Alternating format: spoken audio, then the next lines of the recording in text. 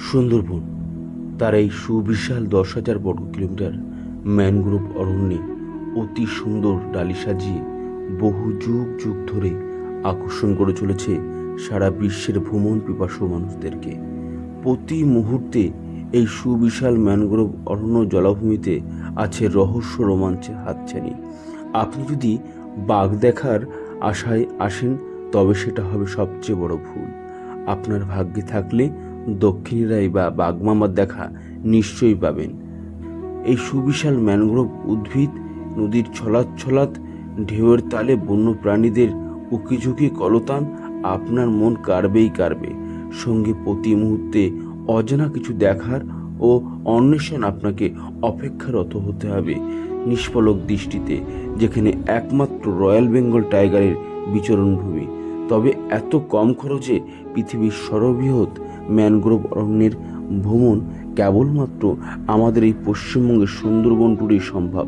তবে আমাদের এই ট্যুর শুরু হয় 2 রাত 3 দিনের ভ্রমণ শিয়ালদা থেকে 7:42 ক্যানিং আসার পরেই। আছি সুন্দরবনের প্রবেশদ্বার ক্যানিং স্টেশন।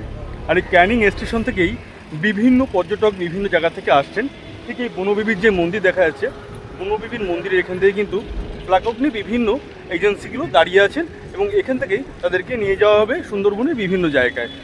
সুন্দরবন বিশ্বের বৃহত্তম ম্যানগ্রোভ বনভূমি, যা 10,000 বর্গ কিলোমিটার জুড়ে অবস্থিত। তার 66% রয়েছে বাংলাদেশ আর বাদবাকি 34% রয়েছে ইন্ডিয়াতে। আর তার মধ্যে এখানে দক্ষিণ 24 পরগনা এবং উত্তর 24 পরগনার মধ্যে যেটুকু অবস্থিত সুন্দরবন, সেখানে কিন্তু বহু তট এমন রয়েছে যেখানে মানুষের বসবাস তো দূরের কথা, সেখানে কিন্তু বন্য প্রাণীও দেখা যায় না। আর কিছু কিছু এমন পর্যটন কেন্দ্র আছে যেখানে বছরের বেশিরভাগ সময়টা মানুষের কিন্তু আনাগোনা দেখা যায়, এক জনসমুদ্র ঘটে। এবং সেই সমস্ত যে তট এবং আইল্যান্ডগুলো আছে সেখানে কেমন কি বন্য প্রাণী এবং মানুষের যে বসবাস সেটা কিন্তু কিছু কিছু ভিডিওতে দেখানো আছে। আজকে এই ট্যুরের মাধ্যমে আপনি সজনেখালি এবং যে সমস্ত ওয়াইল্ড লাইফ সেঞ্চুরি যে সমস্ত আছে এবং এখানকার কিছু গ্রাম্য পরিবেশ সেটাই কিন্তু তুলে ধরার চেষ্টা করবো এই ভিডিওর মাধ্যমে। তো ভিডিওর সঙ্গে থাকুন, দেখতে থাকুন, অবশ্যই ভিডিওটি নিশ্চয়ই আপনাদের ভালো লাগবে। তো এই মুহূর্তে এসে উপস্থিত হয়েছি সোনাখালী ঘাট। প্রায় ক্যানিং থেকে প্রায় 17 কিলোমিটার রাস্তা অতিক্রম করে ইতিমধ্যে কিন্তু এসে পৌঁছেছি সোনাখালী ঘাট। আর এখান থেকে আমাদের যে লঞ্চে করে আমরা সুন্দরবনের বিভিন্ন জায়গায় আমরা পৌঁছে যাব, সেই লঞ্চ ঘাটে কিন্তু তোমরা দেখতেই পাচ্ছ কিন্তু বহু লঞ্চ এইভাবে আছে আর প্রচুর মানুষের কিন্তু সমাগম। এই টাইমটা কিন্তু একটা পিক আওয়ার চলছে। এই যে পিক টাইমের সময় কিন্তু বিভিন্ন মানুষ বিভিন্ন জায়গা থেকে আসছেন সুন্দরবনের বিভিন্ন অঞ্চলে ঘোরার জন্য। লঞ্চের নিচের যে ডেকের ব্যবস্থা সেটা কিন্তু খুব সুন্দরভাবে একেবারে সাজিয়ে রাখা আছে, মানে একেবারে খাট যেগুলো আছে ইংলিশ খাটের মতন কিন্তু এইভাবে খুব সুন্দর করে চাদর বিছানা দিয়ে এগুলো রাখা রয়েছে। এখানে কিন্তু বিশ্রামও নিতে পারেন এবং বসতেও পারেন। এবং ভিতরকার যে বাইরের অংশটা দেখিয়ে নিয়ে আসলাম, এর ভিতরকারটা দেখিয়ে নিয়ে আসি। এই যে এই জায়গাটা একটু বসার জায়গা আছে এই জায়গাটাতে, আর এখানে কিন্তু রান্নাবান্নার একটা জায়গা। আর এই যে ইঞ্জিন ঘর যেহেতু বলছিলাম, আর ইঞ্জিন ঘরের পাশে কিন্তু একেবারে রয়েছে এই রান্নার যে জায়গাটা, এখানে কিন্তু রান্নার ব্যবস্থা হচ্ছে। সাধারণত দেখা যাচ্ছে নৌকাতে যে সমস্ত যাত্রীরা এসছেন, পর্যটকরা আমরা যারা এসেছি তাদের জন্য কিন্তু এখানে রান্না বান্না চলছে। আর ইতিমধ্যে কিন্তু এইখানে রান্না শুরু হয়ে গেছে। আর নৌকার ভিতরে যে টয়লেটগুলোর ব্যবস্থা আছে সেটা একটু দেখিয়ে নিই। এই যে নৌকার ভিতরে টয়লেটের কিন্তু সুন্দর ব্যবস্থা করা আছে, যেটা কি দেখে খুব বেশ ভালোই লাগলো। এখানে খুব সুন্দর একটা ব্যবস্থা কিন্তু রাখা রয়েছে। এবার উপরের দিকে যাব, নৌকার উপরে কেমন কি আছে সেটা দেখানোর চেষ্টা করব। এই যে উপরের জায়গাটা এরকম, ক্যাবিনটা ক্যাপ্টেনের ক্যাবিন এখানে আছেন, আর নিচের যে ক্যাবিনটা সেটা দেখিয়ে নিয়ে আসলাম। আর যারা পর্যটকরা যারা আছেন এখানে এসছেন তারা কিন্তু এখানে বিশ্রাম নিচ্ছেন। অনেকক্ষণ আগে চলে এসছেন, আমাদের একটু দেরি হয়েছে আসতে। আর ইতিমধ্যে একটি লঞ্চ কিন্তু ছেড়ে দিয়েছে তার গন্তব্যের দিকে।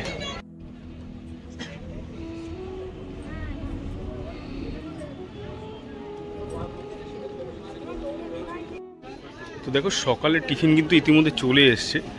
লুচি আছে, জয়নগরের মোয়া আছে, আর এখানে আলুর দম, না এটা আলুর দম। তো ভাইয়ের এখানে ব্যবস্থা করছে। আর এখানে যারা পর্যটকরা আসছে সকালের ব্রেকফাস্টটা কিন্তু এখানেই সেরে নিচ্ছেন।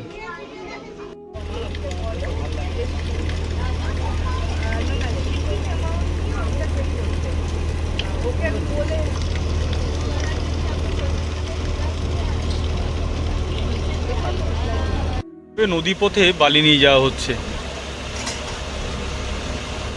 কখন কোন সময় কি দেখা যায় সেটা কিন্তু অপেক্ষায়, এবং পাশে আরেকটি যে লঞ্চ কিন্তু এইভাবে যাচ্ছে আমাদের সঙ্গে।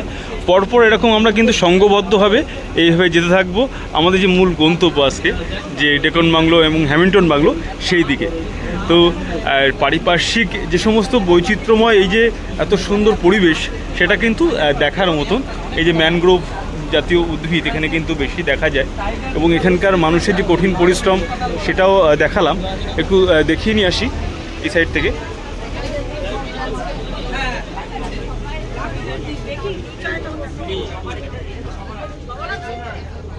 সুন্দরবনের প্রত্যন্ত অঞ্চলে কিভাবে নিত্য প্রয়োজনীয় জিনিস, যেগুলো আর কি দোকান সামগ্রীতে বিক্রি হয়, আমাদের নিত্য প্রয়োজনীয় কাজে লাগে, সেগুলো কিন্তু এইভাবে নিয়ে যাওয়া হয়।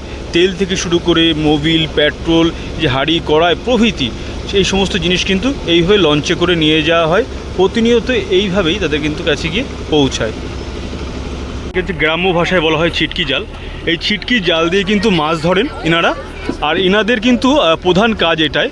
এনারা কাঠ কোড়ায় এবং মাছ ধরে, এগুলো কিন্তু বিভিন্ন গ্রামগঞ্জের যে সমস্ত জায়গায় যে বাজারগুলো, সেগুলোতে নিয়ে যায়, আর এইভাবে পেট চলে। খুব কষ্টের সঙ্গে কিন্তু তাদের এই জীবনটা কাটে। কিন্তু মাছ ধরেছেন, সেগুলো কিন্তু করছেন। তো সকালে ব্রেকফাস্টের পরেই হ্যামিল্টন সাহেবের যে বাংলো, তার যাওয়ার পূর্বেই কিন্তু একটা স্ন্যাক্স এসে রেডি রয়েছে। সেটা হচ্ছে এটা চিংড়ির পকোড়া নাকি? আচ্ছা আচ্ছা, বাহ, খুব সুন্দর। দেখি একটা যে চিংড়ির পকোড়া কিন্তু নিয়ে নিলাম।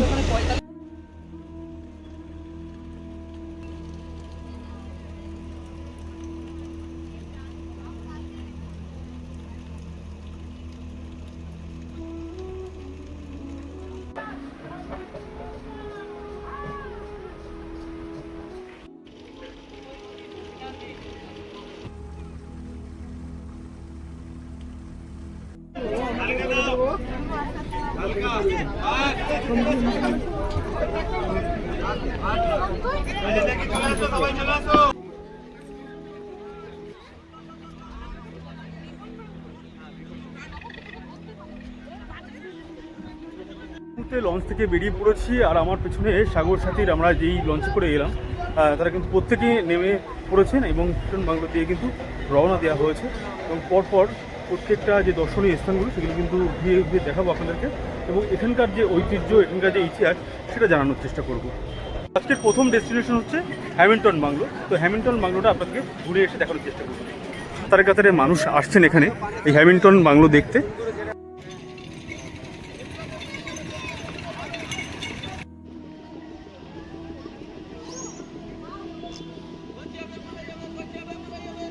তো এখন এই মুহূর্তে দাঁড়িয়ে আছি হ্যামিল্টন বাংলোর সামনে, আর এটা হচ্ছে স্যার ড্যানিয়েল হ্যামিল্টনের যে বাংলো, সেটা কিন্তু এই যে সুন্দরবন অঞ্চলের কিন্তু একটা ইতিহাসকে বহন করে চলেছে।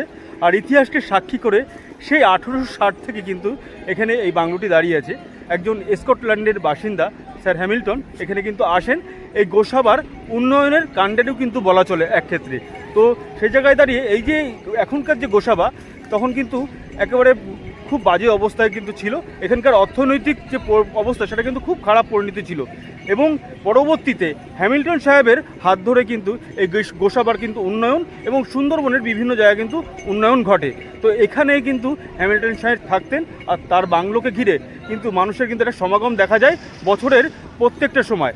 বিশেষত এই ডিসেম্বরের এই যে পিক আওয়ার, এই টাইমতে প্রচুর মানুষের কিন্তু সমাগম দেখতে পারবেন আপনারা।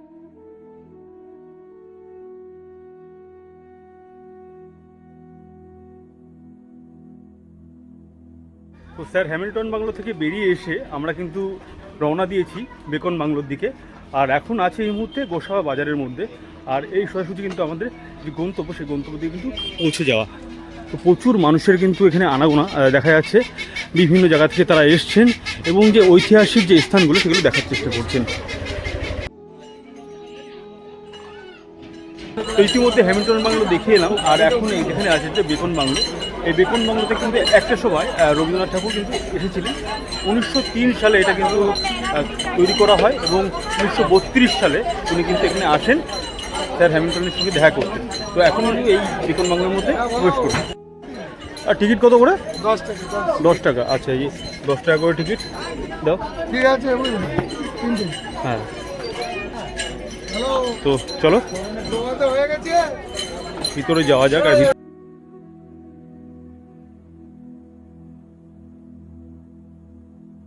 বেকন বাংলার মধ্যে প্রবেশ করেই একটা বিষয় কিন্তু দেখতে পেলাম, যেটা হচ্ছে খুব সুন্দর একটা কালচারাল বিষয় কিন্তু তুলে ধরা হয়েছে।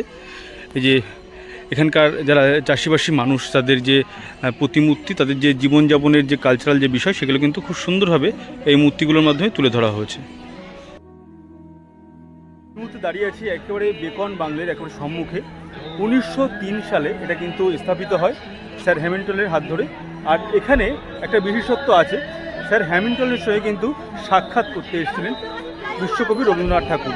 কারণ এখানকার যে গোসাবার যে অর্থনীতি, যে এখানকার যে পরিবেশকে রক্ষার্থে এবং এখানকার যে পর্যালোচনা করার জন্য কিন্তু রবীন্দ্রনাথ ঠাকুরকে নিমন্ত্রণ করা হয়েছিল। এই আমন্ত্রণ পেয়ে তিনি কিন্তু এখানে আসেন 1932 সালে। ব্রিটিশ ঔপনিবেশিক আমলে এই বাংলোকে কেন্দ্র করে বিভিন্ন রাজনৈতিক কেন্দ্রবিন্দু ছিল কিন্তু এই বাংলো, এবং সেই জায়গায় দাঁড়িয়ে এই যে বাংলো, এই বাংলোতে কিন্তু গোসাবাতে কিন্তু শক্তির একটা বহির্প্রকাশ দেখে। রবীন্দ্রনাথ মুগ্ধ বিস্ময়ে বলেছিলেন, স্বদেশী সমাজের যে স্বপ্ন একদিন দেখেছিলাম, এখানে তার পরিপূর্ণ রূপ দেখে মুগ্ধ হলাম। সমস্ত ভারতবর্ষের আদর্শ হোক গোসাবা। ঠিক এমনটি কিন্তু বিষয় কিন্তু রবীন্দ্রনাথ ঠাকুর এখানে এসে দেখেছিলেন হ্যামিল্টন সাহেবের নেতৃত্বে। এই যে হ্যামিল্টন সাহেবের হাত ধরে কিন্তু এই বাংলো তৈরি হয়েছিল। আজও ইতিহাসকে সাক্ষী করে দাঁড়িয়ে আছে এই বাংলোটি। প্রকৃতির মাঝে বিশ্বকবি রবীন্দ্রনাথ ঠাকুরের একটি প্রতিমূর্তি এই বেকন বাংলার একেবারে সম্মুখে আছে। বিশ্বকবি রবীন্দ্রনাথ ঠাকুর এবং স্যার ড্যানিয়েল হ্যামিল্টনের যে কথোপকথন হয়েছিল এই বাংলোতে, তারই কিন্তু সাক্ষী হতে আজকে আসা এই বেকন বাংলার মাঝে। তো এই বেকন বাংলার ভিতরকার যে পরিস্থিতি, সেখানে কিন্তু কোনো কিছুই নেই, শুধুমাত্র ইতিহাসকে সাক্ষী করে এই কাঠের এই যে মানে প্রাসাদ কোনো যে ঘরটি, সেটা কিন্তু পড়ে আছে এবং ইতিহাসকে সাক্ষী করে দাঁড়িয়ে আছে। ঘাটে একটা বিষয় কিন্তু দেখতে পেলাম, যেটা তালপাতা সেপাই। এটাকে তালপাতা সেপাই বলে তো?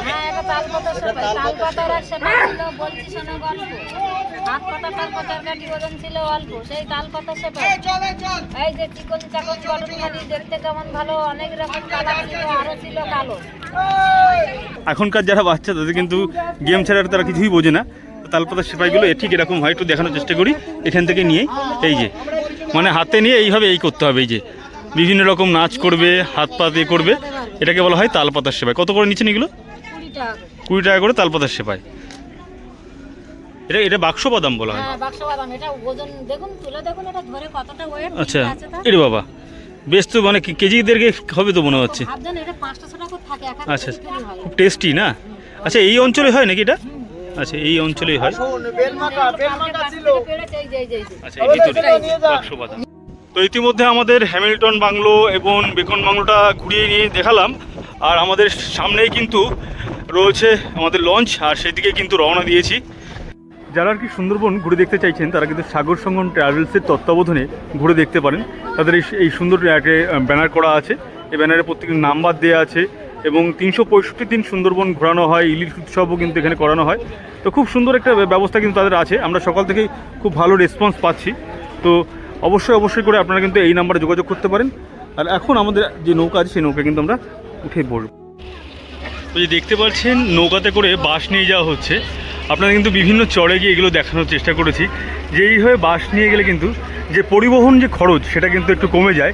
এবং এখানে কিন্তু হাজার হাজার বাঁশ কিন্তু এইভাবে নিয়ে যাওয়া হয় এক জায়গা থেকে আরেক জায়গায়। এখানে প্রচুর বাঁশের কিন্তু সমন্বয় কিন্তু যাচ্ছে, আর এই বাঁশগুলো নিয়ে যাওয়া হচ্ছে অন্যত্রে। সুন্দরবনের জীবনযাত্রা কেমন বৈচিত্র্যময় একটু দেখাই যাচ্ছে যে এখানে কিন্তু ঠিকঠাক ঘাটও নেই। এই ঘাট দিয়ে কিন্তু ঘাট পারাপার করতে হয়। অসংখ্য মানুষ প্রতিনিয়ত এইভাবে কিন্তু তাদের যাতায়াত, স্কুল, কলেজ প্রভৃতি কিন্তু এইভাবে তারা করেন।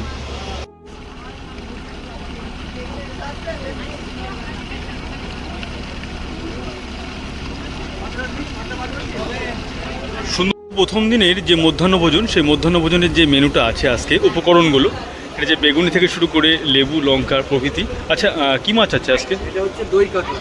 দই কাতলা। আর এদিকে এটা হচ্ছে মাছের মাথা দিয়ে ডাল। আচ্ছা, মুড়িঘণ্ট ডাল। আচ্ছা, আর এটা পাবদা মাছ। পাবদা মাছ আছে।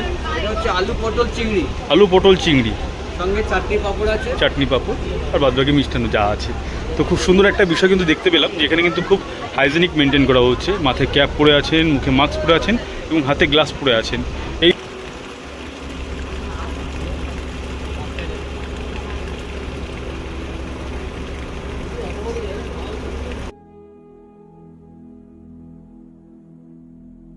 ইতিমধ্যে আমাদের দুপুরের যে খাওয়া দাওয়ার ব্যবস্থা ছিল সেটা কিন্তু খুব সুন্দর একটা খাওয়া দাওয়ার ব্যবস্থা এনারা করেছে, আর সেটা কিন্তু হয়ে গেছে। আর এখন এই যে বিকেলের শীতের যে বিকাল, এই শীতের বিকালের যে রোদটা লাগছে গায়ে, সুন্দর এক চনমনে হয়ে যাচ্ছে মনটা। সারাদিন মোটামুটি ঘোরা হয়েছে, একবারে সোনাখালি থেকে চলে গেছিলাম বেকন বাংলো এবং হ্যামিল্টন বাংলো, দুটো দেখা কমপ্লিট। আর তার মধ্যে দুপুরে খাওয়া দাওয়া, সকালে ব্রেকফাস্ট, তার মধ্যে কিছু স্ন্যাক্সের ব্যবস্থা ছিল। মানে একটা সুন্দরবনে যেটুকু ট্যুরে যে ট্রিপে যেটুকু দরকার থাকে, এটা চারিদিকের এই যে ম্যানগ্রোভ অরণ্য, মানুষের জীবনযাপনে দেখতে দেখতে যাওয়া নদীর কিনারা দিয়ে। তো আজকে কিছু কিছু ব্যাপার আছে, সেটা হচ্ছে যে আমরা পাখিরালয় যাবো, ইতিমধ্যে পৌঁছে গেছি, পাখিরালয়ের দিকে আমরা এগোচ্ছি। আর ওখানে গিয়ে ঝুমুর নাচের একটা ব্যাপার থাকবে, আরও কিছু ব্যবস্থা থাকবে।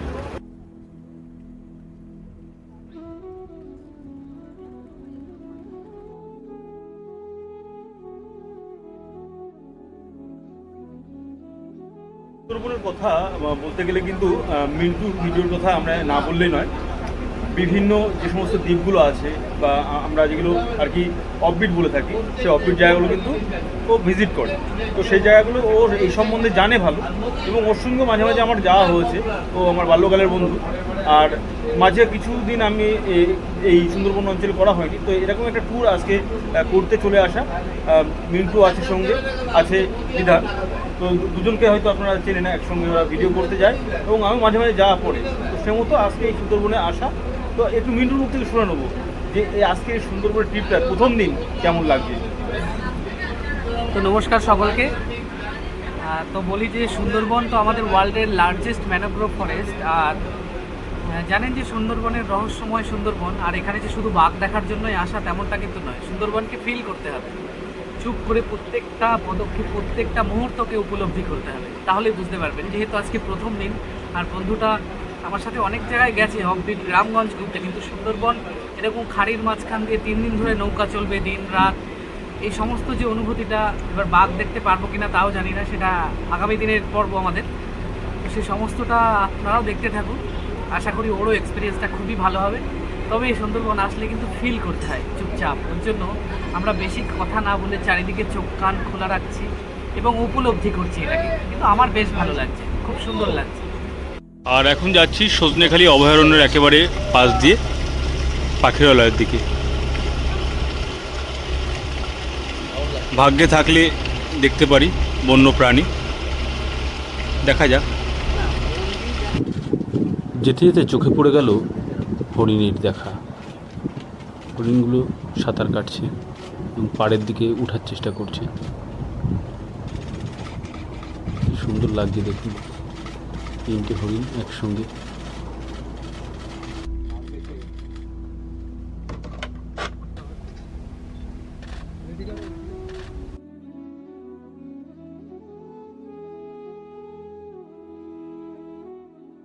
আর এইভাবে পরপর পরপর লঞ্চগুলি ঘাটের দিকে প্রবেশ করছে। আমরা চলে এসেছি প্রায় পাখিরালয়ের কাছে। তো আমরা কিন্তু পাখিরালয় চলে এসেছি, আর একে একে সবাই নেমে পড়ছেন। ঘাটে কিন্তু চলে এসেছে লঞ্চটি, দেখো।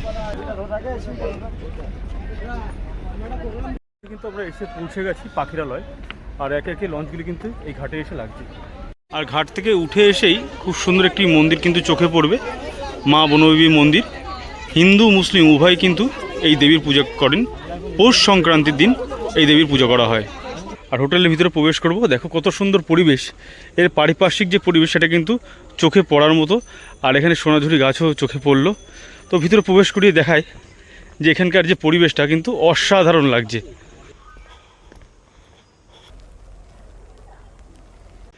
সিঁড়ি দিয়ে উঠে যাব।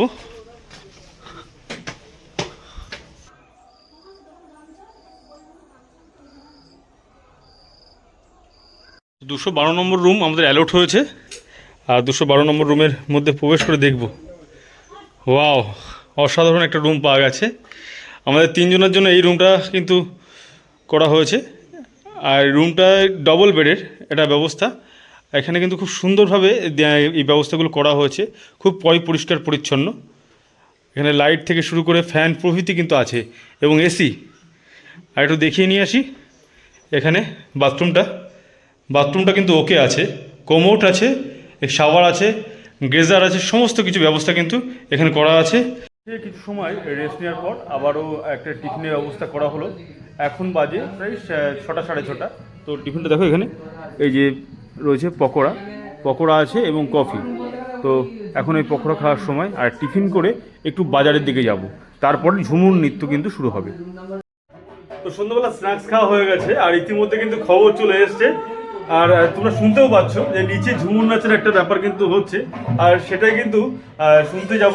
ঝুমুর নাচে যারা এসছেন এখানকার সুন্দরবনের আদিবাসী মহিলা, তাদের যে নৃত্য অনুষ্ঠান সেটা কিন্তু দেখার চেষ্টা করবো। তাই যে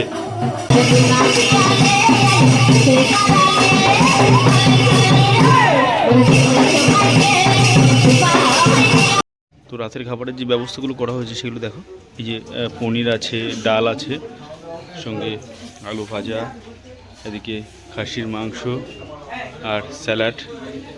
তো বিভিন্ন পদ কিন্তু আছে আজকে রাতে। তো রাতের খাবারের জন্য কিন্তু এগুলো ব্যবস্থা করা হয়েছে, এগুলো দেখে নিয়ে আসলাম। আর সবাই কিন্তু বসে গেছে ইতিমধ্যে দেখো।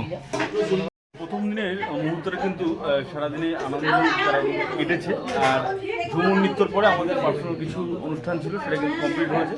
আর তার পরবর্তীতে যে নৈশ ভোজের যে আয়োজন করা হয়েছে সেটা কিন্তু খুব সুন্দর দেখালাম। একটু আগে কী মেনুতে আছে আর আমরা কিন্তু শুরু করে দিয়েছি। রাত প্রায় 11টা বেজে গেছে, আর সেহেতু আমাদের খাওয়া দাওয়া কমপ্লিট হয়ে গেছে। আর রীতিমতো খাওয়া দাওয়া করে একটু রাস্তায় হাঁটতে গেছিলাম, এবং ওখান থেকে কিন্তু গেটটা বন্ধ করে দিচ্ছে। শুধু এখানে চলে এলাম, কালকের জন্য প্রিপারেশন কিন্তু নিচ্ছি। কালকে সকাল 8টার মধ্যে আমাদের উঠতে হবে, আর অন্যান্য যে সাইট সিনগুলো আছে সেগুলো কিন্তু দেখাবে।